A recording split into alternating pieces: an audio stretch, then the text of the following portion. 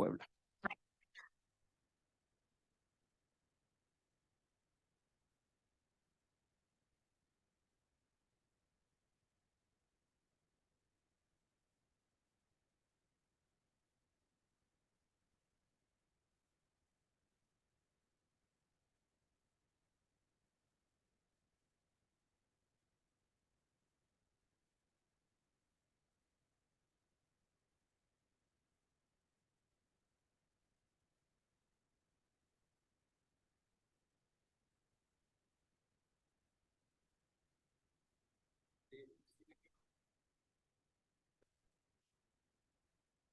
¿Ya está? Jania, ¿nos escuchas? Hola, ¿sí? ¿Me escuchan? Sí, claro. Todo tuyo, Jania. Tienes 13 Per- minutos más 2 minutos de preguntas. Excelente. Entonces, puedo compartir mi pantalla.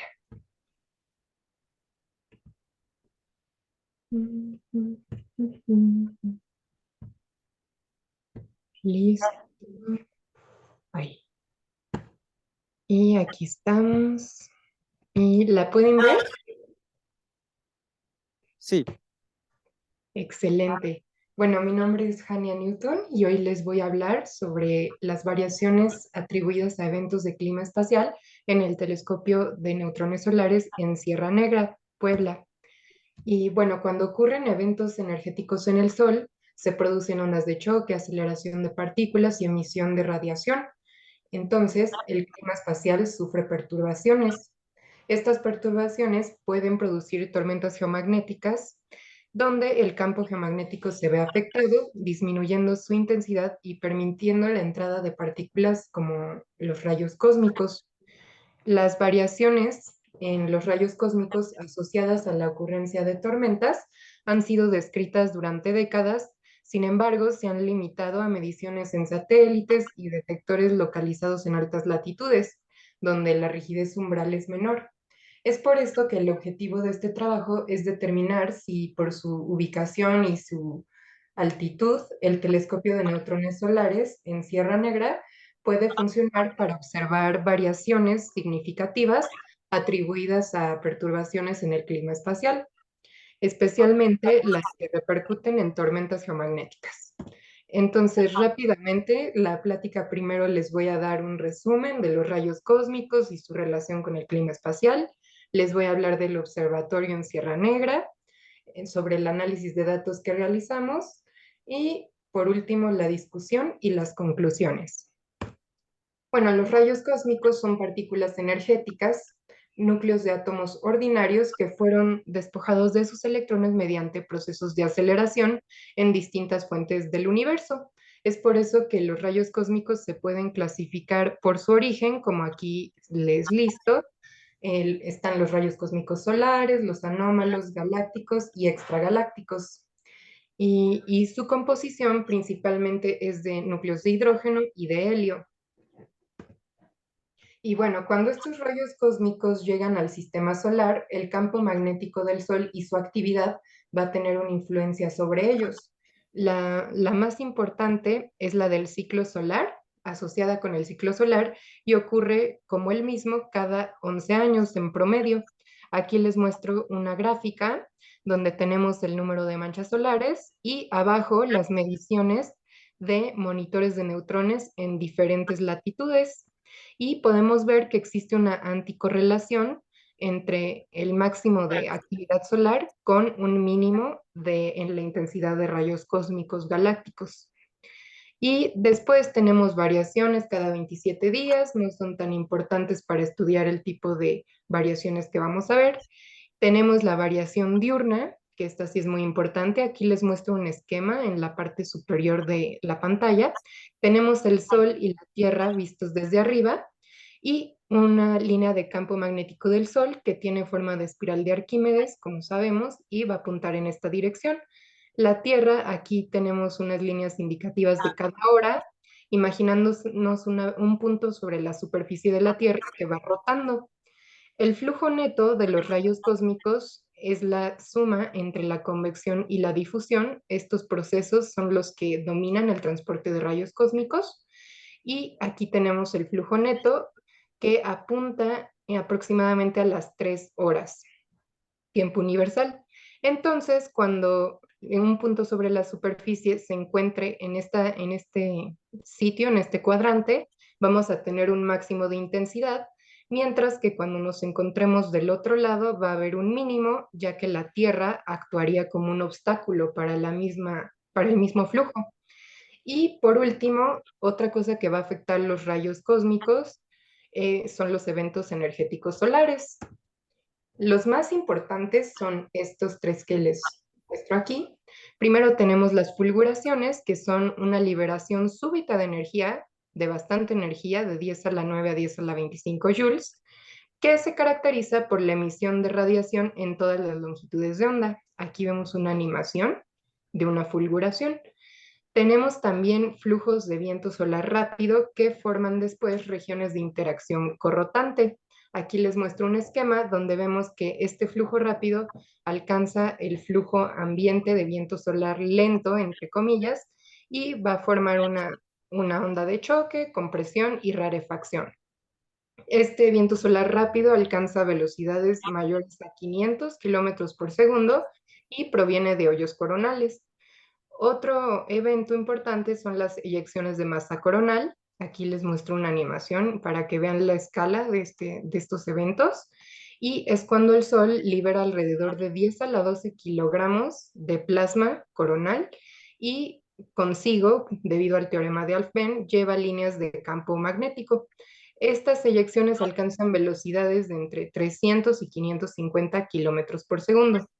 Ahora, cuando estas perturbaciones del clima espacial son geoefectivas, entonces tenemos índices geomagnéticos que nos ayudan a ver el nivel de perturbación en nuestro campo magnético. Estos dos que les muestro aquí son los que utilizamos para hacer nuestros análisis. Y primero tenemos el índice DST, que mide las fluctuaciones de la componente H y está en los observatorios que lo miden, están en latitudes bajas. Y aquí les muestro un ejemplo de una gráfica de este índice. De hecho, vamos a ver algunas más adelante. Y vemos que está normalizada al cero, que es el valor promedio del campo geomagnético. Y cuando ocurre una tormenta geomagnética, vamos a ver que la intensidad de este campo disminuye. Y nosotros examinamos tormentas de moderadas a intensas.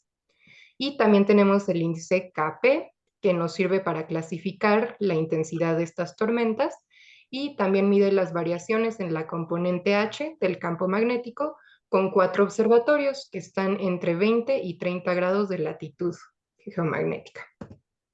Una tormenta geomagnética es entonces una perturbación prolongada del campo geomagnético. Aquí les muestro la estructura que vamos a observar de una tormenta. Tenemos la fase inicial, que se ve como un incremento en los nanoteslas, y después la fase principal, que va a ser la caída. Alcanzamos un mínimo, y la fase de recuperación, que puede durar varios días, hasta que regresamos a los 0 nanoteslas. Y bueno, cuando ocurren tormentas geomagnéticas vamos a observar dos tipos de variaciones más importantes en la intensidad de rayos cósmicos. Primero tenemos las partículas energéticas y los neutrones solares que fueron acelerados en fulguraciones o en ondas de choque de eyecciones de masa coronal. Y, por ejemplo, en este monitor de neutrones de la Ciudad de México, aquí observamos unos incrementos asociados a la ocurrencia de esta tormenta de octubre de 2016. También tenemos los decrecimientos Forbush, que son una caída repentina y simultánea en todo el mundo de la intensidad de los rayos cósmicos, también debidas principalmente a las eyecciones de masa coronal.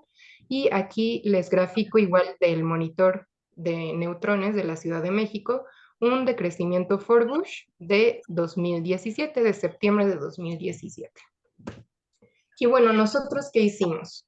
Con base en el telescopio de neutrones solares instalado en el observatorio de Sierra Negra, el cual se encuentra a 4.580 metros de altura, medimos las variaciones que ocurrían durante eventos de clima espacial.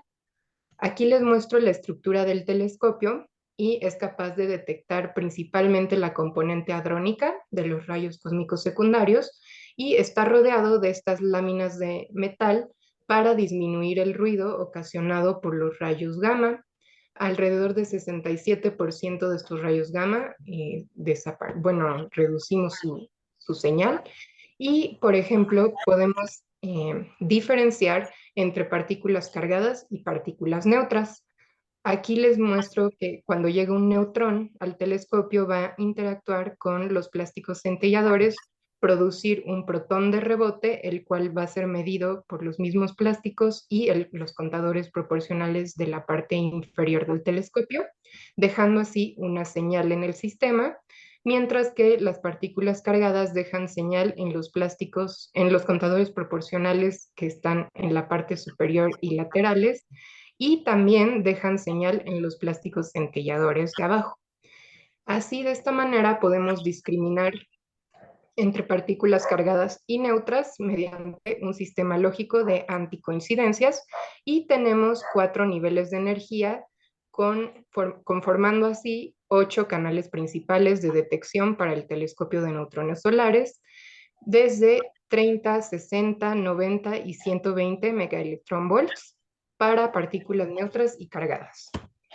Y bueno, lo que hicimos primero fue seleccionar las tormentas que ocurrieron entre diciembre de 2015 y enero de 2022, de acuerdo a los índices KP y DCT que les comentaba. Y encontramos 16 tormentas moderadas, las cuales tienen un índice DST mayor o igual a menos 50 nanoteslas y un KP mayor a 5 y encontramos 5 tormentas intensas con un DST menor o igual a menos 100 nanoteslas y un KP mayor a 7. Después analizamos los datos registrados por el telescopio de neutrones solares durante estas tormentas y aquí les muestro lo que hicimos con estos datos. Primero, eliminamos la variación diurna de nuestros datos mediante el método LOES. Esto es separar las series de tiempo en tendencia y variaciones temporales.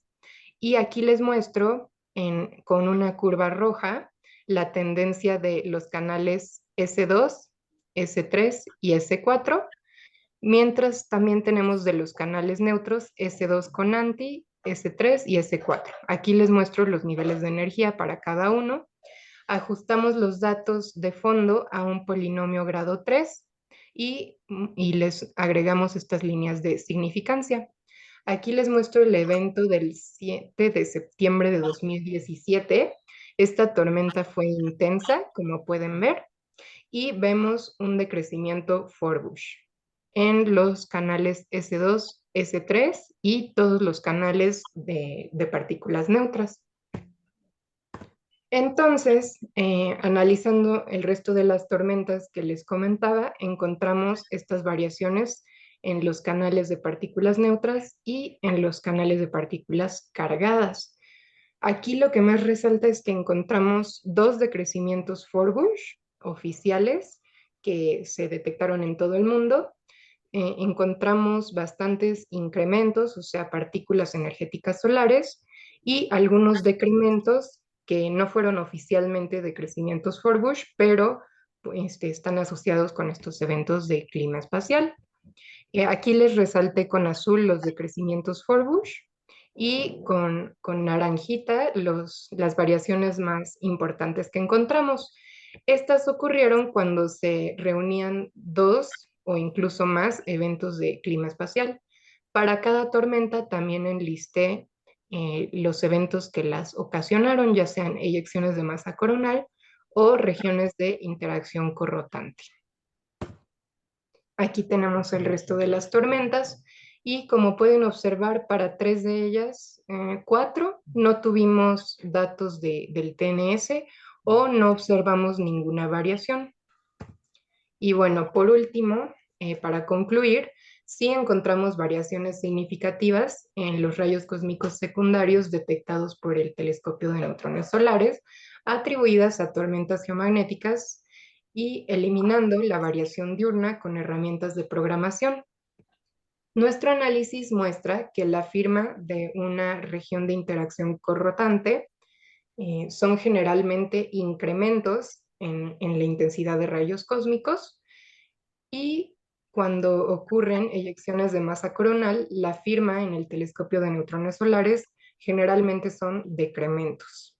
También pudimos detectar dos decrecimientos Forbush y pues el telescopio de neutrones solares es una herramienta importante para el estudio del clima espacial en México.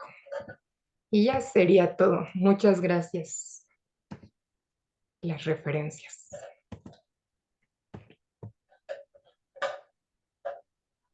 Muchas gracias, Jania.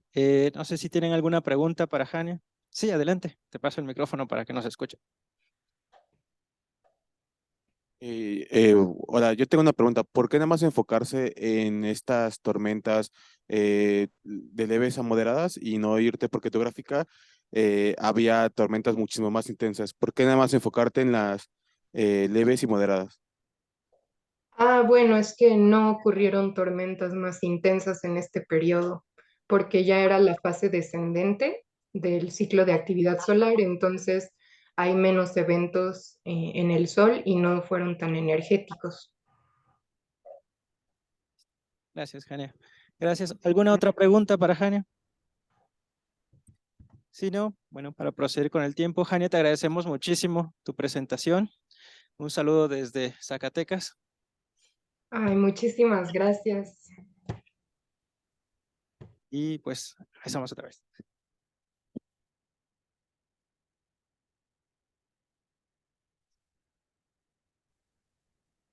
Buenas tardes. Continuamos con nuestra siguiente plática, que es a cargo del profesor y doctor Andrés Sandoval Espinosa. Él es representante del consorcio de CWGO y su plática es un observatorio de rayos gamma de nueva generación en los Andes sudamericanos. Entonces, adelante, Andrés, tienes 25 minutos. Sí, si me das permiso para compartir.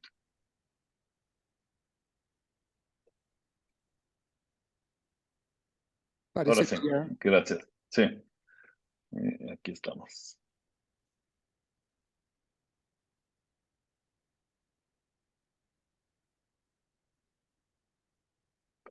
Sí, pues buenas tardes. Es un placer platicarles algo sobre el proyecto SWIGO, que es el proyecto de construir un observatorio de rayos gamma de nueva generación en los Andes sudamericanos.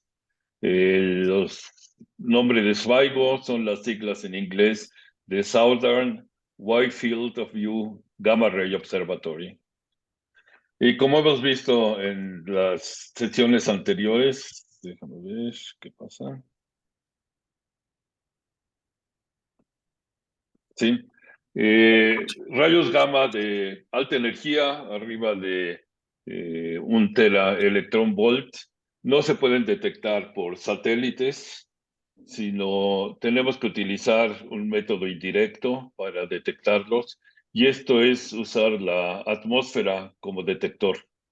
El rayo gamma interacciona en lo alto de la atmósfera a varios decenas o cientos de kilómetros y produce una cascada de partículas, una cascada electromagnética que se propaga por la atmósfera viajando a la velocidad de la luz y aumentando el número de partículas, disminuyendo su energía hasta una altura como de 6.000 metros sobre el nivel del mar, y después empiezan a ser absorbidas estas partículas.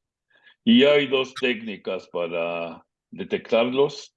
La que utiliza CTA es observar la radiación Cherenkov de estas partículas que van viajando a mayor velocidad que la velocidad de la luz en el medio, en la atmósfera, y producen, por lo tanto, luz de Cherenkov. Luz está enfocada en un cono de unos cuantos grados de apertura y se detectan con telescopios de radiación azul ultravioleta y con cámaras que están detectando este fenómeno. Aquí se ve una imagen de una de estas cascadas. Nos dan como pequeñas elipses que indican la dirección de donde venían, y teniendo varios telescopios se puede reconstruir por paralaje la dirección y la energía del rayo gamma originario. Y la otra opción es detectar las partículas mismas de la cascada electromagnética, que para ello es entonces necesario ir a gran altitud para tener suficiente número de partículas. Lo ideal sería estar a cerca de los 6,000 metros, que pues realmente no se pueden hacer observatorios a 6,000 metros, pero Hawk y LASO, que son los dos observatorios en el hemisferio norte, están arriba de 4,000 metros, y nuestro objetivo es hacer uno en el hemisferio sur a cerca de 5,000 metros de altitud. Entonces, este es el mapa del cielo que vemos en coordenadas galácticas, observado por Hawk. Se ve el plano de la galaxia, una gran cantidad de fuentes en ellas, y unas cuantas fuentes que están aquí. Hay una en la orilla del mapa, otra aquí central, que son fuentes extragalácticas muy intensas. Y también, como les decía, hay un segundo observatorio que empezó a tomar datos recientemente en China, es del LASO, que ha también detectado fuentes que llegan a tener más de un petaelectronvolt de energía de rayos gamma. Y como ven en el mapa del hemisferio norte, hay una gran región que no se cubre, y esto es lo que queremos subsanar utilizando un observatorio en el hemisferio sur.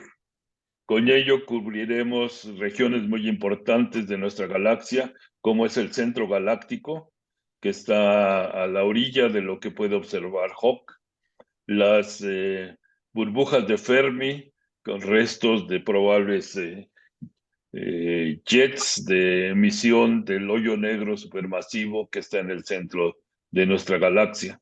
Entonces esto va a complementar lo que se ve en el hemisferio norte por Hawk y Zweigo. Este proyecto está en fase de desarrollo. La colaboración Zweigo son en este momento del orden de casi 50 institutos de 12 países, y además investigadores que apoyan al proyecto de diferentes países.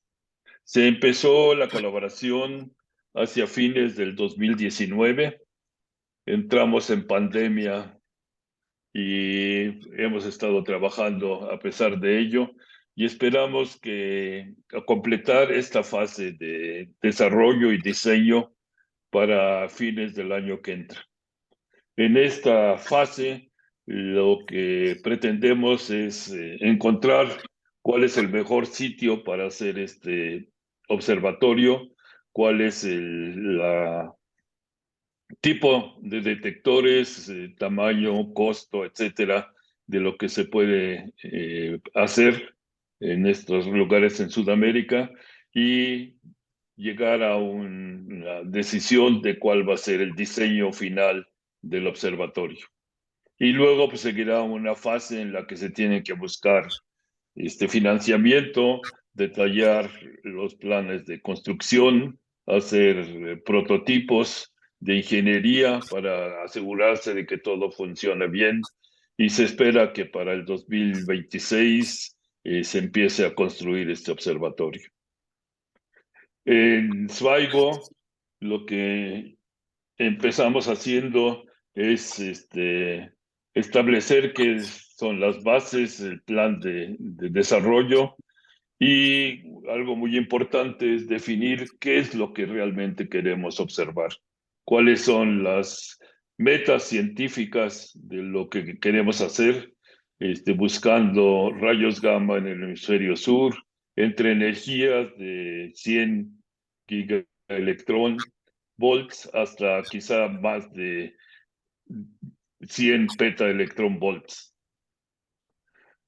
Para ello, definimos una serie de metas científicas que voy a describirles en un momento.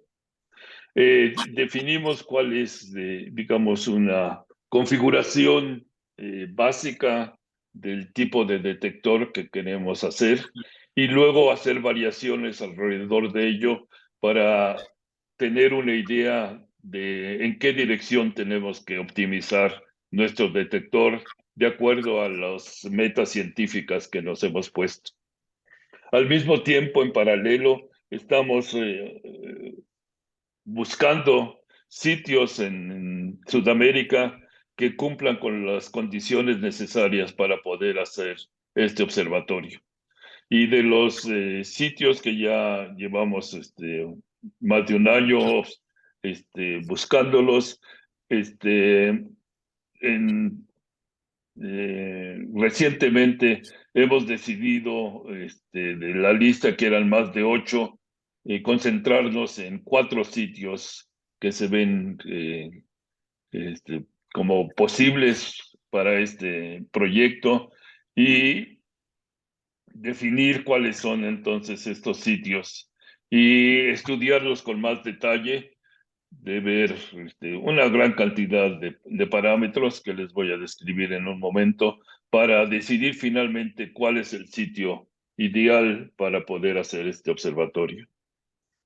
Estamos al mismo tiempo evaluando diferentes configuraciones del observatorio para optimizar su diseño. La meta M7 va a ser finalmente identificar cuál es el sitio en donde lo queremos hacer y M8 es finalizar el diseño. Y eso entonces va a ser hacia finales del 2023 del año que entra. Las metas que nos hemos puesto para estudiar el funcionamiento y la calidad de datos que podemos obtener con este observatorio se han dividido en varios tipos de ciencia que se puede hacer. Una es observar fuentes transientes, donde las más importantes son los destellos de rayos gamma, los GRBs, que son explosiones gigantes de supernovas o colisiones entre estrellas de neutrones o estrellas de neutrones y hoyos negros o hoyos negros que ocurren en el universo y que producen al mismo tiempo ondas gravitacionales. Entonces, para detectar estos transientes, lo que nos interesa es la sensibilidad a baja energía. Y eso implica que tenemos que ir lo más alto posible para hacer este observatorio, para tener la mayor cantidad de partículas con las que podemos caracterizar los rayos gamma primarios que crearon estas avalanchas de partículas. Otro objetivo es estudiar los aceleradores de rayos gamma, los aceleradores que producen rayos gamma dentro de nuestra galaxia y sobre todo buscar dónde están las fuentes de rayos cósmicos de muy alta energía. ¿Sí? Entonces esto nos requiere una alta sensibilidad a altas energías y buena resolución en energía y en posición para identificar estas fuentes. También queremos analizar aceleradores galácticos, en donde hemos visto que hay nuevos tipos de regiones en el universo que aceleran partículas que producen rayos gamma, lo que se llaman los halos de teraelectronvolts. Y para eso son fuentes muy difusas. La más extendida que hemos observado hasta ahora con HAWC es esta que ven aquí, que se llama Geminga. Es restos de una supernova donde el pulsar que dejó la supernova ha emitido campos magnéticos y plasma que se han difundido a tamaños muy grandes. Y esta fuente, si tuviéramos ojos de rayos gamma, la veríamos extendida como 10 veces el tamaño de la Luna. Es una fuente gigante en el hemisferio norte, que la ven aquí. Junto de ella hay otra segunda fuente que también es de gran tamaño y difusas. Entonces eso se tiene que tener sensibilidad para fuentes extendidas, no fuentes puntuales, pero grandes regiones del cielo donde podamos disminuir el fondo que tenemos. También tenemos regiones de emisiones difusas, como son estas burbujas de Fermi. Tenemos búsqueda de materia oscura, y tenemos entonces que buscar energías, sensibilidad a energías intermedias. Y finalmente también queremos estudiar rayos cósmicos, que son mucho más frecuentes que los rayos gamma, y para ello tenemos que distinguir entre primarios de rayos cósmicos y primarios de rayos gamma, midiendo muones de la cascada. Hemos identificado regiones en los Andes sudamericanos en donde están las condiciones suficientemente buenas para hacer este observatorio. Tenemos fuentes, regiones que pueden estar en Perú, 3 de ellas, que aquí en rojo, fuentes en Bolivia, fuentes en Chile y regiones en Argentina también. Aquí tienen imágenes de estas regiones, grandes planicies. Necesitamos cubrir una gran área de estas fuentes. Y también existen en Perú un lago que es uno de los lagos más altos que existen en el mundo, donde se podría hacer el observatorio de Cherenco-Fenagua, utilizando el agua del lago y embeber el observatorio en este lago. ¿Sí? Entonces hemos decidido en estas 4 regiones, y para el año que entra vamos a decidir cuál va a ser realmente el sitio preferido. Tenemos diferentes opciones para hacer este observatorio. Tenemos la opción de utilizarlo dentro del agua, en un lago que puede ser un lago natural como el que le mostré, o un lago o un estanque artificial como es el observatorio de Lazo en China, donde hicieron grandes albercas donde metieron los detectores de Cherenco-Fenagua.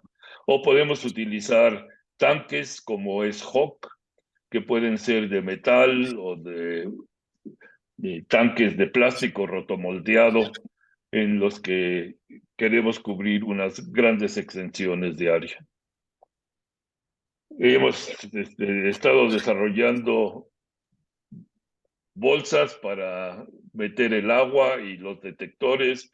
Hemos estado desarrollando diferentes tipos de sensores de luz, de fotomultiplicadores. Hemos estado desarrollando electrónica. Hemos estado desarrollando diferentes formas de hacer estos tanques rotomoldeados, si esta es la opción. Y finalmente, sistemas de adquisición de datos. Entonces hay una gran actividad que se ha estado llevando a cabo en los últimos 2 años. Tenemos diferentes configuraciones básicas que consisten en tanques que tengan 2 celdas, una para la fracción electromagnética de la cascada, que es la que mide como un calorímetro la energía electromagnética, y en caso de que sean rayos cósmicos, se producen muones que pueden ser detectados en la región inferior de estos detectores. Hay otras opciones de hacer un tanque mucho más pequeño en altura, pero con varios sensores allá adentro, y estamos evaluando si esto es competitivo con estas otras opciones. Esto nos da, digamos, una panorama de diferentes regiones en las que podemos optimizar nuestros detectores, y estamos haciendo simulaciones de todas ellas y observando con qué calidad podemos cumplir nuestras metas científicas que nos hemos puesto. Entonces, no solo es la celda misma la que tenemos que definir, sino también el tamaño y geometría del arreglo mismo. Y aquí tenemos una serie de posibilidades en donde la parte roja central es un arreglo compacto de más de 80% de superficie activa, en la que se van a medir las bajas energías, energías medias, y luego un arreglo disperso en que se van a medir las más altas energías.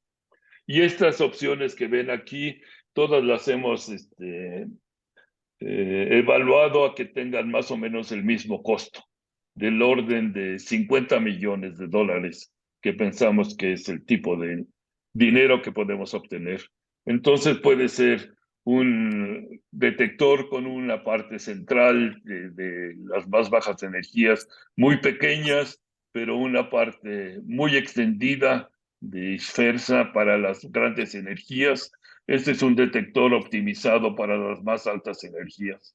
O podernos irnos a los otros extremos, en donde el detector central de bajas energías se le da preferencia y es entonces una región mucho más pequeña, menos estadística para las más altas energías. Hawk mismo está aquí a escala, es entonces detectores que van a ser 4 o 5 veces más grandes que Hawk, o de tamaño 2 veces más grandes que LASSO. Este es el tamaño de LASSO en China. El objetivo es poner suficiente sensibilidad para bajas energías, 600 GeV, este es un rayo gamma de 600 GeV, interaccionando en la atmósfera, propagándose y llegando las partículas a nuestro detector. Y aquí ven el tipo de dispersión de señales en el área que tenemos. O muy altas energías, aquí hay un ejemplo de 14 teraelectronvolts, donde la parte electromagnética está concentrada aquí, pero ven que llega a tener señales en casi todo el detector extendido. Entonces, este es el espacio de parámetros en los que estamos optimizando el detector. ¿Y qué es lo que esperamos entonces de este detector? Es aquí la sensibilidad que va a tener como función de la energía de los rayos gamma, de 1 teraelectronvolt, 100 teraelectronvolts, 1 petaelectronvolt. Y como vieron de CTA, también tiene un observatorio en el hemisferio sur. Esta es la sensibilidad que se espera tener de este observatorio de una gran cantidad de telescopios de Cherenkov atmosférico. Entonces, comparado con CTA y comparado con LASSO, que está aquí en negro, lo que tendríamos de SWIGO es esta línea anaranjada. Esta es la versión, digamos, vainilla de este observatorio, y nuestro objetivo es entonces tratar de optimizarlo en diferentes regiones, a bajas energías, a muy altas energías, y ver dado la optimización del detector y la cantidad de dinero que podemos obtener finalmente dentro de esta región rayada, donde vamos a quedar finalmente en nuestro observatorio.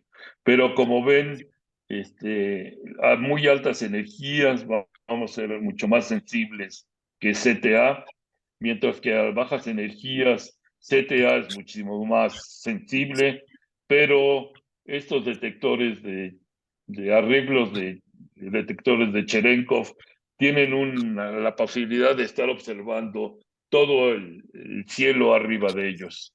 Entonces son muy buenos para detectar efectos transientes. Y aquí están todas esta sensibilidad comparado con diferentes fuentes. Una de las fuentes más brillantes de rayos gamma es esta línea verduzca, que es la nebulosa del Cangrejo, la supernova del Cangrejo. Tenemos otra fuente que se llama, está identificada con el número 1908. Tenemos regiones de zonas moleculares al centro de nuestra galaxia. Tenemos otras regiones que se llaman Westerlund, y comparado con ello, nuestro detector los puede detectar decenas o porcentajes de esta intensidad de estas fuentes. Entonces va a ser un observatorio muy sensible y de gran calidad. Y también muy importante es la resolución angular con la que se puede medir estas fuentes. Y aquí tenemos de nuevo como función de la energía cuál es la resolución en minutos de arco. En azul es CTA, y en anaranjado está aquí Swaigo, nuevamente optimizado en esa región. Vamos a ver finalmente dónde quedamos con nuestro observatorio. Y no solo vemos las fuentes de rayos gamma, sino tenemos que decidir cuál es el mecanismo que las produce.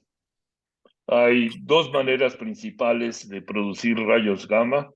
Una es por aceleración de leptones, electrones y positrones, que por Compton inverso, con fotones de muy baja energía, por ejemplo, de la radiación cósmica de microondas, interaccionan con ellas, se dispersan y crean rayos gamma de alta energía. Entonces son fuentes leptónicas, o pueden ser los aceleradores de rayos cósmicos, de protones, de helios, de núcleos de fierro, que interaccionan con materia cerca del acelerador, interaccionan hadrónicamente y producen piones y caones que decaen, entre otros, en rayos gamma, y estas son las fuentes de rayos gamma que veríamos. En el caso de producir piones y caones, los decaen no solo en rayos gamma, sino también en muones y neutrinos, y entonces serían fuentes de neutrinos. Y como se están en construcción nuevos detectores de neutrinos, vamos a poder correlacionar las fuentes de rayos gamma con las fuentes de neutrinos y ver si las fuentes son producidas por efectos hadrónicos de aceleración de rayos cósmicos o son producidos por leptones. También, y muy importante para la búsqueda de materia oscura, si hay correlación entre rayos gamma y neutrinos. Y entonces este es el panorama en el que nos estamos moviendo, es la distancia a la que se encuentran las fuentes con el tiempo en que dura la señal. Entonces, señales muy cortas de fracciones de segundo son los GRBs, que están, la mayoría de ellos, muy, muy lejanos. Luego tenemos fuentes extragalácticas de galaxias activas con núcleos de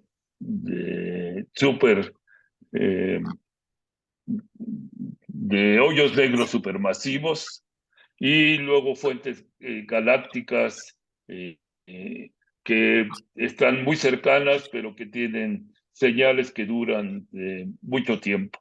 Y entonces tenemos una sinergia con lo que puede observar SWIGO y lo que observa CTA.